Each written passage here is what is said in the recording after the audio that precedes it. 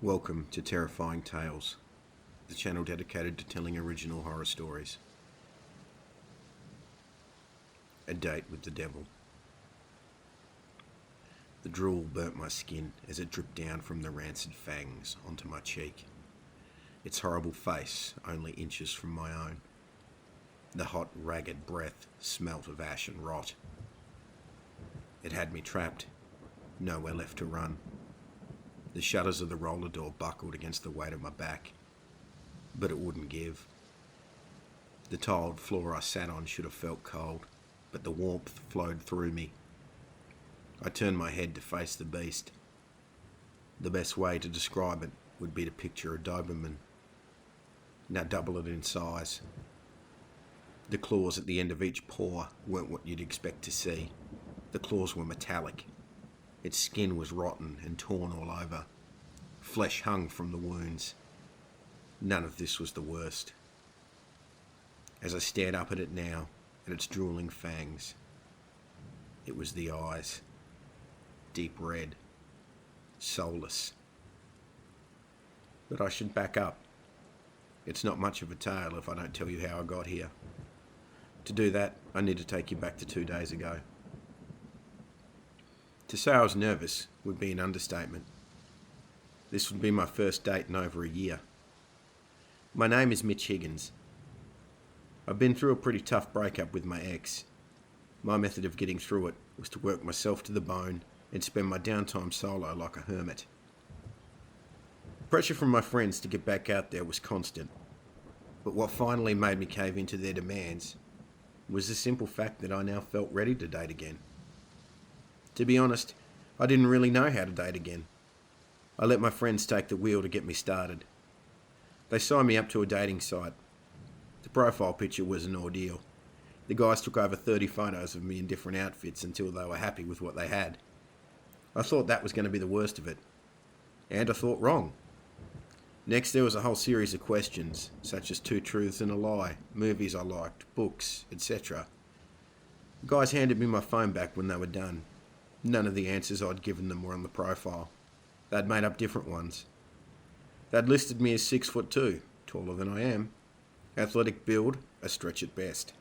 Where Aliens should have been my favourite film, there was some generic rom-com title I'd never seen. This profile couldn't be less me if my friends had written it in a foreign language. At least the photo was me, I guess.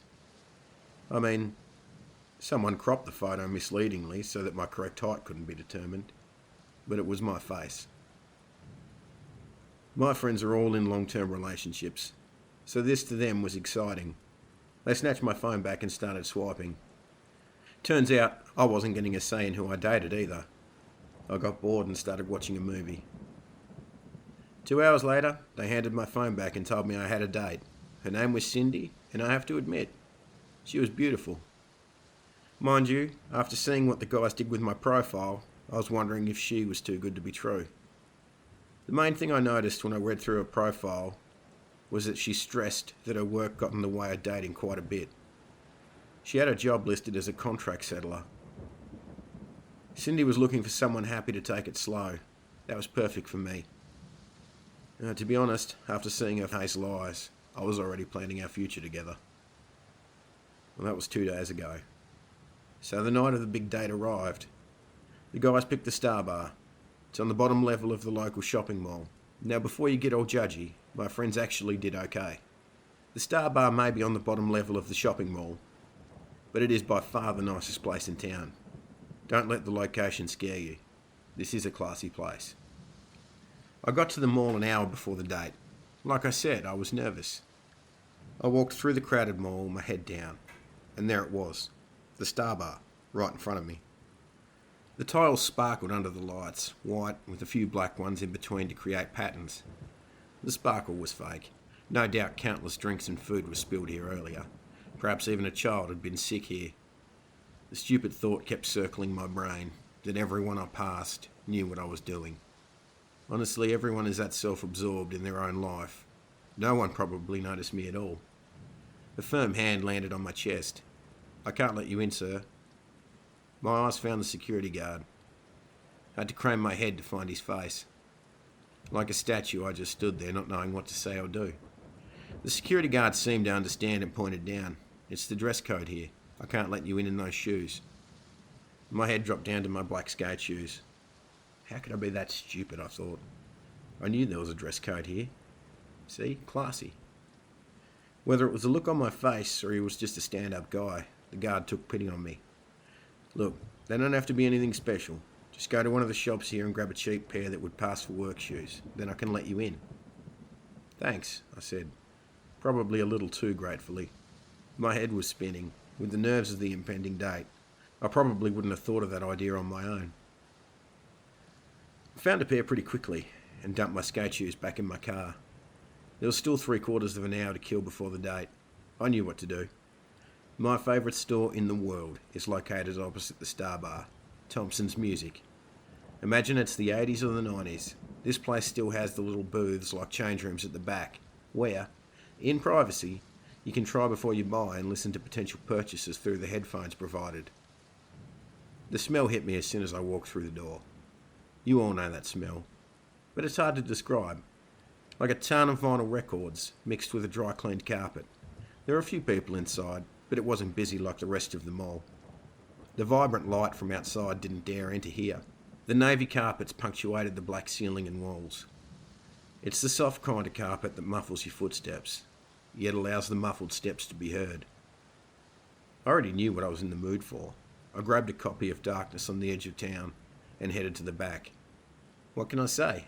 I love storytellers, and no one tells it like the boss. I skipped to the track I wanted. The opening riffs of Prove It All Night started. I closed my eyes and got lost in the music. I took the headphones off and opened my eyes. There was still enough time for a quick drink at the restaurant to calm my nerves. The thing I noticed immediately was the quiet. It wasn't unsettling. The quick change from loud music through headphones to the outside world is almost always jarring. When I left the booth, it became unsettling. The store was empty. I mean, completely empty. There wasn't even an employee behind the counter anymore. The familiar smell was gone, replaced with a burnt smell. Was the shop this dirty when I walked in, I wondered? A thick layer of dust coated the counter, racks of CDs and Blu-ray and DVD movies. Black stains covered the blue carpet. Cloudy marks streaked the front windows, making it impossible to see them all outside. My first thought was they closed the shop up and didn't realise I was out back. But as the door handle shifted beneath my fingers, I knew it wasn't closed. The groan of the door echoed through the mall as I left the store. It echoed because I was now the only person in the mall. To begin with, I thought I'd made a mistake and walked through the wrong door. The rows of shops seemed familiar, and even the tiles seemed right beneath my feet.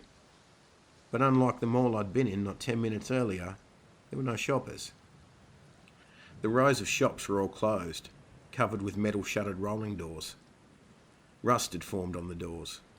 The black and white tiled pattern remained on the floor, but a thick layer of dust covered the cracked and broken tiles. Rubbish littered the floor, broken plastic cups, cans, food wrappers, as far as the eye could see. The drifting smell of food had been replaced by the same burning smell from the music store. The mall was no longer bright and vibrant. My breath caught in my throat as my eyes found the source of the dim light. Low flames bounced and danced in the light fixtures. A gentle sound drifted along the rows of shops. I recognised it immediately. Down the far end of the mall was the fountain. The bubbling sound seemed somehow different to my ears. I can't say why, but I headed in that direction. Cups and wrappers cracked beneath my feet. What the hell happened here? I wondered. There's no way this all happened in 10 minutes.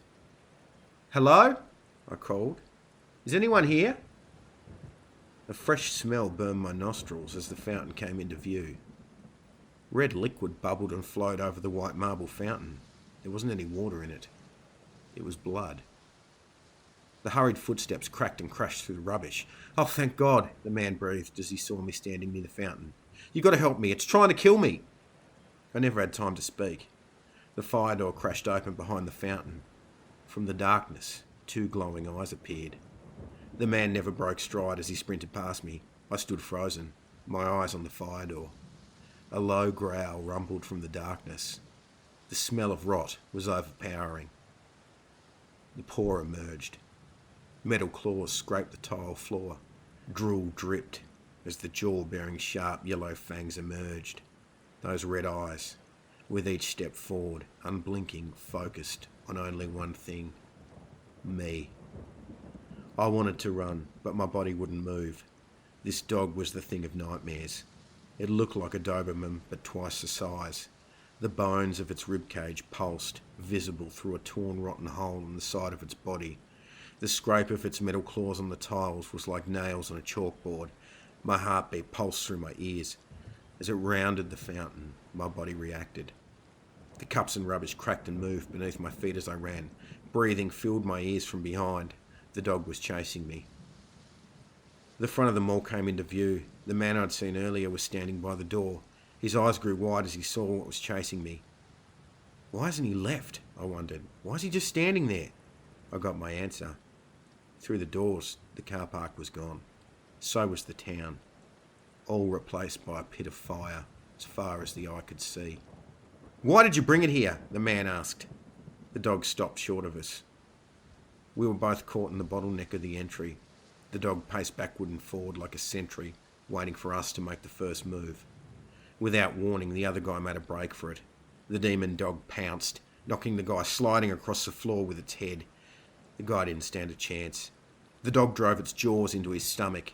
The scream he let out is something I'll never forget. "Help me!" he screamed as it ate him alive. Blood sprayed against the rusted shutters covering the shop fronts. When the man stopped screaming, stopped moving, stopped breathing, the dog's demonic eyes settled on me.